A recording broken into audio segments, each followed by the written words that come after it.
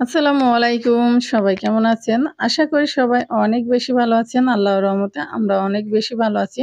তো প্রতিদিনের মতো আবারও রান্নার ডেইলি ব্লগ নিয়ে আপনাদের মাঝে হাজির হয়ে গেলাম। ব্লগের ১ম থেকে শেষ পর্যন্ত দেখতে থাকুন। আশা করি আপনাদের অনেক বেশি ভালো লাগবে। আর এই গরমে পেট ঠান্ডা থাকার মতো একটা রেসিপি নিয়ে আপনাদের মাঝে হাজির হইলাম। তো এখানে কিন্তু আমি ২ টা ডিম আর একটা লাউ নিয়েছি। আর লাউ আর ডিম দিয়ে এই রেসিপিটা করব। আপনাদের সঙ্গে সেটা শেয়ার করব। তো বড়, বড় ২ টা ডিম নিয়েছি আর দেখতে পাচ্ছেন এই যে লাউটা কিন্তু কেটে নিচ্ছি। আর লাউটা কিভাবে কেটে নিচ্ছি সেটাও কিন্তু আপনাদের সঙ্গে শেয়ার করছি। আর রেসিপির ১ম থেকে শেষ পর্যন্ত দেখতে থাকুন, তাহলে কিন্তু বুঝতে পারবেন যে আমরা কিভাবে এই রেসিপিটা করলাম আপনাদের কাছে অনেক বেশি ভালো লাগবে। আর এই গরমে এরকম পেট ঠান্ডা থাকার মতো যদি ঝোল, ঝোল একটা লাউয়ের তরকারির রেসিপি করা যায় খুবই মজা হয়। তো আজকে ডিম দিয়ে এই রেসিপিটা করব, তো সেটাই কিন্তু আপনাদের সঙ্গে শেয়ার করব। তো এখানে কিন্তু আমি লাউটা ছুলে নিয়েছি আর এখন কেটে নেওয়ার পালা। তো লাউয়ের মধ্যে যে বীজগুলি আছে সেগুলি কিন্তু ছোট, ছোট, ছোট বীজগুলি আমি বের করে নিলাম। তো নেওয়ার পরে কেটে দেখাবো। এই তো এভাবে কেটে নিলাম। আর এখানে কিন্তু এই যে ডিম ২ টা দেখালাম, ডিম দিয়ে রান্না করব। তাও ২ টা পেঁয়াজ, এই ১ টা পেঁয়াজ আর ২ টা কাঁচামরিচ আমি কেটে নিয়েছি আর লবণ দিয়ে কিন্তু পেঁয়াজ আর মরিচটা মেখে নিলাম।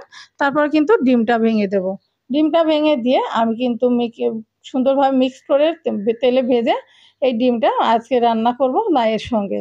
তো কিভাবে রান্না করব অবশ্যই দেখবেন। আর কিন্তু এই গরমে এরকম ঠান্ডা তরকারি খেলে কিন্তু দারুণ লাগে। তো যাই হোক ২ টা ডিম ভেঙে নিলাম আর এখন কিন্তু একটা চামচের সাহায্যে ভালো করে ডিমটা ফেটকে মিক্স করে নেব। এটা ভালো করে ফেটকিয়ে মিক্স করে নিচ্ছি। তো ভালো করে মিক্স করার পরে তারপরে আমরা কিভাবে লাউটা কেটে নিলাম সেটাও দেখাবো। লাউটা কেটে ধুয়ে পরিষ্কার করে একটা ডালাতে সেঁকে রাখছিলাম। তো এই তো দেখতে পাচ্ছেন লাউটা কিন্তু খুবই সুন্দর করে কেটে নিয়েছি। আর এখানে কিন্তু কি উপাদানগুলো নিলাম সেটাও দেখাই। কাঁচামরিচ আর পেঁয়াজ, এখানে হলুদের গুঁড়া, আর এখানে ধনিয়া গুঁড়া, গোলমরিচের গুঁড়া আর মরিচের গুঁড়া। তো মরিচের গুঁড়া নিয়েছি আমি ১ চামচ, গোলমরিচের গুঁড়া নিয়েছি ১/২ চামচ, ধনিয়া গুঁড়া ১ চামচ, হলুদের গুঁড়া ১.৫ চামচের মতো। আর বাটা মসলা আদা, জিরা, রসুন বাটা নিয়েছি। তো এখানে কিন্তু ফ্রাই প্যানে আমি পেঁয়াজ আর কাঁচামরিচ দিয়ে হালকা করে বাদামি কালার করে ভেজে নিচ্ছি। তো এদিকে ভেজে নেওয়া হয়ে গেছে। এখন কিন্তু এই যে বাটা মসলাটা দিচ্ছি। আমার কিন্তু ডিপে ফ্রোজেন করা ছিল। সেই বাটা মসলাটা দিয়ে দিলাম। আদা, জিরা আর রসুন বাটাটা একসঙ্গে করে বেটে রেখেছিলাম সেটা দিয়ে দিলাম। এখন শুকনা উপকরণগুলি সবগুলি দিয়ে দিচ্ছি।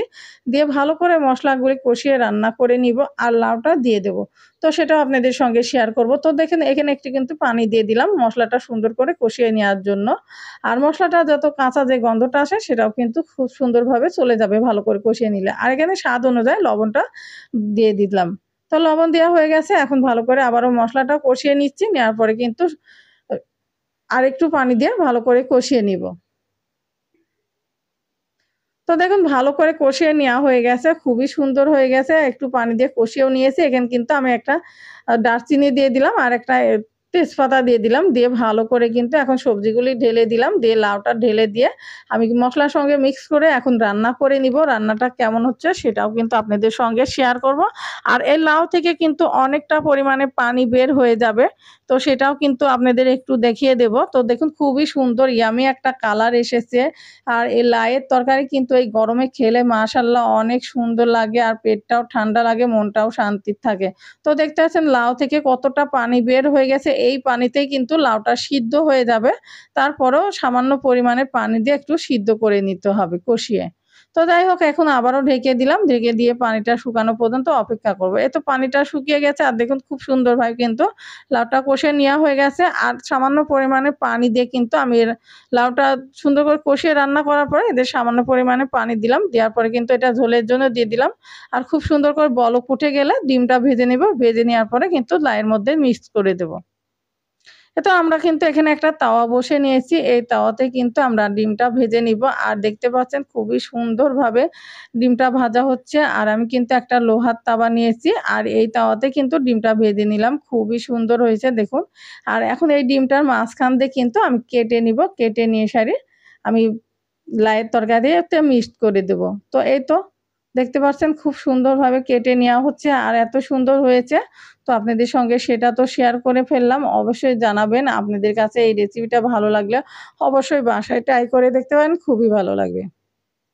তো আমি এখন তো ডিমগুলি ভেজে নিয়েছি আর লাউয়ের তরকারিতে দিয়ে দিলাম। তো ডিম ডিম দেওয়ার পরে একটু বলক উঠিয়ে নিব। আর এখানে কিন্তু আমি ফোড়নে দেওয়ার জন্য পেঁয়াজ আর রসুন আর ৫ ফোড়ন দিয়েছি। দিয়ে এখন কিন্তু আমি ভালো করে বাদামি কালার করে ভেজে নিব। আর লাউয়ের তরকারিতে এই ফোড়নটা দিলে কিন্তু বেস্ট অনেক সুন্দর একটা ফ্লেভার আসে। খেতে কিন্তু মাশাআল্লাহ অনেক টেস্টি হয়। তো যাই হোক এখানে ফোড়নটা দিয়ে দিলাম। দিয়ে কিন্তু এখন নেড়েচেড়ে একটু ঢেকে রাখবো। ঢেকে রাখার পর বলক উঠলে পরিবেশন করব। আর সেটাও কিন্তু আপনাদের সঙ্গে শেয়ার করব। এই তো ঢেকে রাখছিলাম, সেটা কিন্তু এখন ঢাকনাটা খুলে আপনাদের সাথে শেয়ার করলাম। দেখুন কতটা সুন্দর কালার এসেছে, ইয়ামি একটা কালার এসেছে। খেতে মাশাআল্লাহ অনেক সুন্দর লাগবে। তো চুলাটা অফ করে দিলাম আর এদিকে পরিবেশন করে নিলাম। আর আপনাদের সঙ্গে শেয়ারও করে ফেললাম। আজকের রেসিপিটা কেমন লাগলো অবশ্যই কিন্তু কমেন্ট করে জানাবেন।